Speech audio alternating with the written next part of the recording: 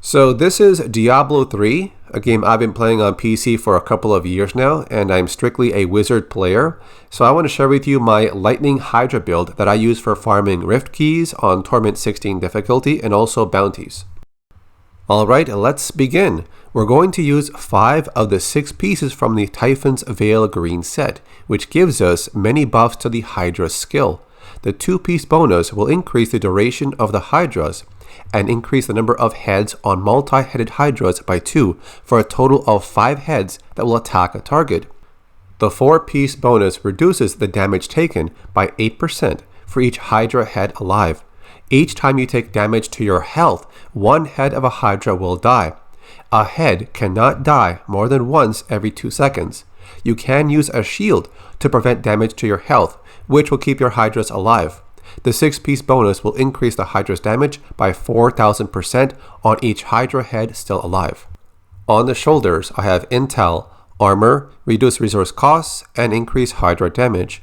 On the gloves, I have Attack Speed, Crit Damage, Crit Chance, and Reduce All Resource Costs. My chest piece has Intel, Armor, Hydra Damage, and 3 slots. My leg armor has Intel, Armor, Health Regen, and 2 slots. My boots have Intel, Vitality, Armor, and Health Regen. And also, put the yellow topaz jewels into the armor slots, which gives you more intelligence. When you take damage to your health without a shield protecting you, then each head of a Hydra can die, but only one of them can die every 2 seconds of taking continuous damage. So right here, we only have 4 out of 5 Hydras alive right now because we took damage to our health. So that's why you have to use a shield to keep them alive later on during your runs. The helmet I have on is the Magistrate. It has Intel, Crit Chance, Crit Hits grant 4 arcane power. This will let Hydras randomly cast Frost Nova to freeze enemies. The Hydras also do 300% increased damage.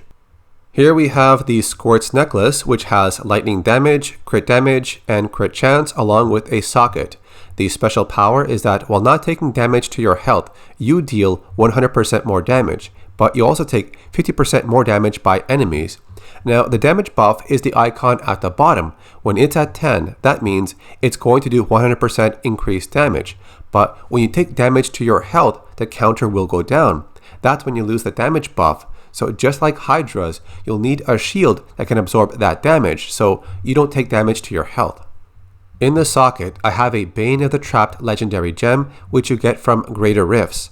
It will increase damage by 60% against enemies affected by control impairing effects. We also gain an aura that reduces the movement speed of enemies by 30% if they are within 15 yards of us. That aura that is mentioned can be seen right below enemies. Next up is the Ashnagar's Blood Bracer. It has lightning damage, Intel, Vitality, and Crit Chance. The special power will increase the potency of your shields by up to 100%, depending on what roll you get on yours. The belt I have on is the Witching Hour. It has Vitality, Attack Speed, Armor, and extra crit damage. The Stone of Jordan ring is mainly for the added lightning damage that is guaranteed to always be there. It has crit chance and increased damage to elites. Some players might replace this with the Convention of Elements ring, but it has to cycle through 4 elements to finally get a boost to only lightning for about 4 seconds. And for me, that takes too long. My preference is I want constant buffs to lightning, which is why I chose this ring instead of COE.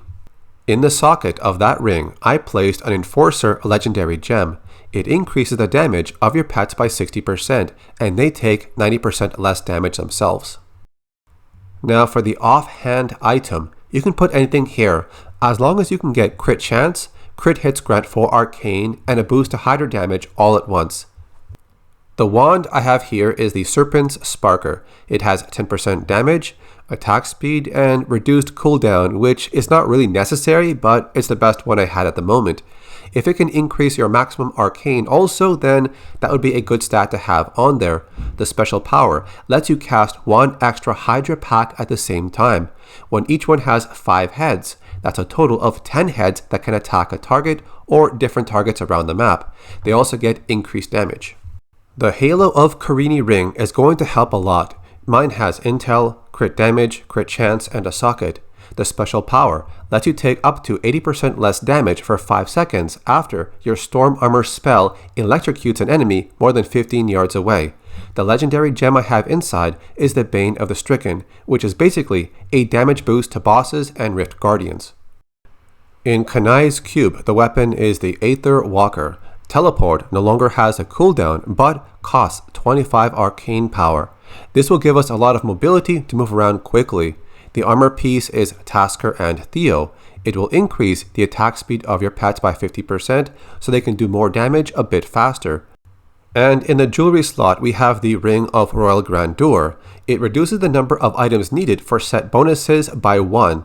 This is how we can wear only 5 pieces of Typhon's Veil set, but still get the 6-piece bonus. And onto the skills. Familiar is one that has 2 options. You can select the rune Sparkflint to get 10% more damage, or you can try Arcanaut, which can generate 4.5 arcane power every second. It just depends on what you need. I'm also using the Arcane Torrent with the Flame Ward rune that can boost my defense. It's not really meant for damage in this build, but I just put something to break down wooden doors that would block some paths. Since my build has my Hydras doing all the damage, you can pretty much put anything here. The next skill here is Teleport with the Wormhole rune. After casting Teleport, you have 3 seconds to teleport 1 additional time. This will allow you to move around much faster. As for the Hydra, select the Lightning rune. I'm also using Magic Weapon. This skill will grant you 10% more damage. The Deflection rune does give you a protective shield when you perform an attack. It will last 3 seconds. That absorbs 4% of your life in damage. Just make sure you have this skill active, and then when you cast the Hydra skill, the shield will come up. Storm Armor with the rune Power of the Storm is going to reduce the arcane power cost of all skills by 3 while Storm Armor is active. It's also going to work together with Halo of Carini Ring to grant you more defense. The buff that is granted from the Halo of Carini Ring is active by an icon down below. It requires Storm Armor to hit enemies more than 15 yards from you. It will last 5 seconds, but can refresh over and over. Now let's cover the passive skills that I use. First one is Galvanizing Ward. As long as you've not taken damage in the last 5 seconds, you gain a protective shield that absorbs the next 60% of your life in damage.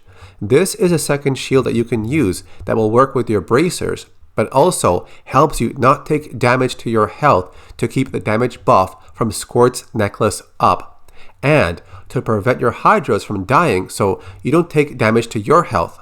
But it does have a limit of how much damage it can absorb, so it will break at some point if you get hit too often. The shield you get from Magic Weapon Deflection seems to stack on top of the shield you get from Galvanizing Ward. Right here, I have the Galvanizing Ward shield active. Then I'm going to have Magic Weapon skill activated. And if I place a Hydra, that shield should also come up. If you look closely, you can see the shield gets brighter for 3 seconds, then fades away.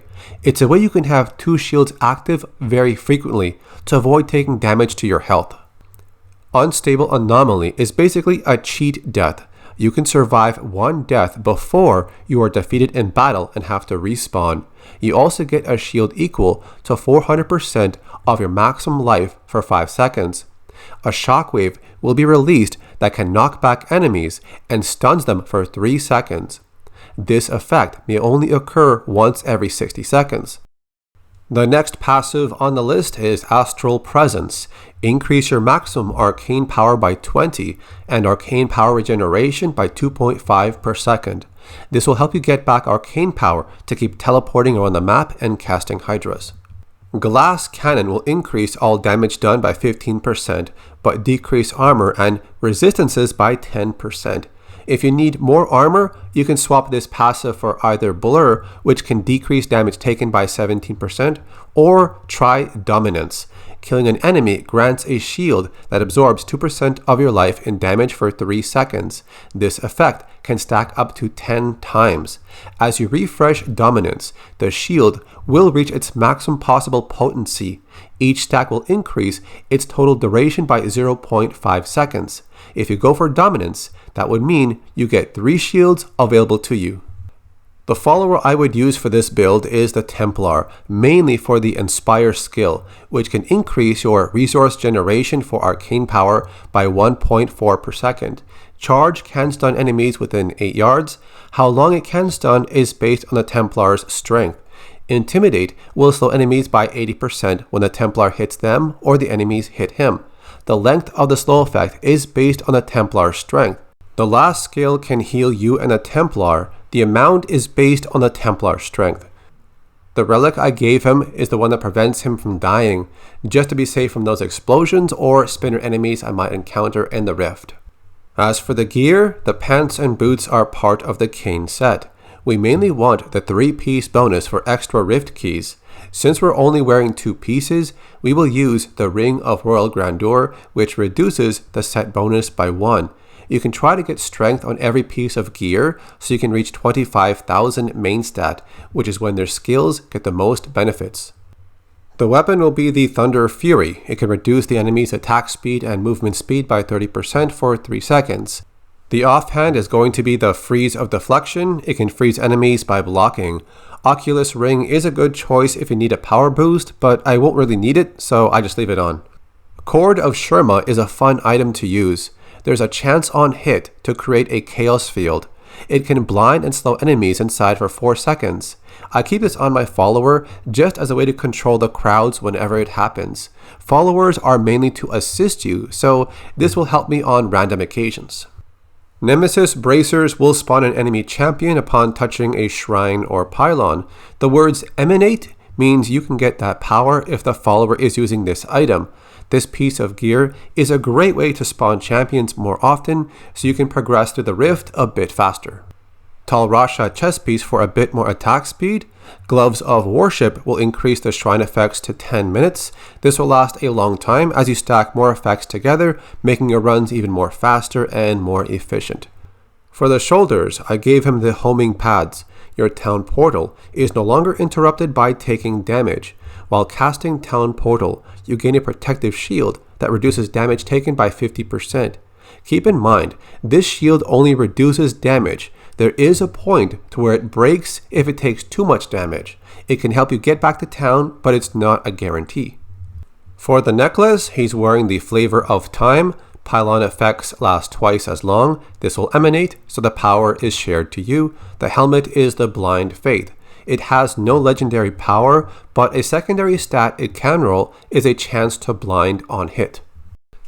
Alright, so this build is very easy to use and you have a lot of mobility and a lot of mana regeneration, so all you gotta do is keep your 3 buffs up with your 3 skills like Magic Weapon, Storm Armor, and Familiar, then just teleport around the map and just plant Hydras and let them do all the damage for you and repeat. The reason I prefer using the Lightning Hydra over the Fire, Arcane, and Cold version is because the attack from this Hydra is an instant zap, giving the enemies little to no time to avoid the attack, and it's very different from using the Fire Hydra or even the Arcane Hydra and the Cold Hydra, which is based off very short range attacks. But I guess I'll show you anyways. This is the Arcane version I use for speed farming rifts. It's a secondary option when I want to change from the Lightning version, but the point I want to make out here is the projectiles they fire have limited range. They're also a bit slow, so the enemies can actually not get hit by some of those attacks. So that's why I prefer using the Lightning version instead of any other Hydra. The Lightning attack is an instant zap, hitting enemies right away with no delay. There's also the Boon of the Hoarder legendary gem, which does boost your movement speed for 2 seconds upon picking up gold, but for me, I'd rather focus on teleporting to get around. I also did try the Tal Rasha Meteor build, which can be modified in some way to run T16 bounties and Rift Key farming. It's pretty good, it's powerful, it's fast, but I don't like it for me because it runs out of arcane power a bit too fast, and also every time you want to attack a target, you have to manually cast a meteor on that position every single time. Whereas with the Hydras, you cast them here and there, and they do the damage for you. So that's it for now. Thanks for watching, and I'll see you next time.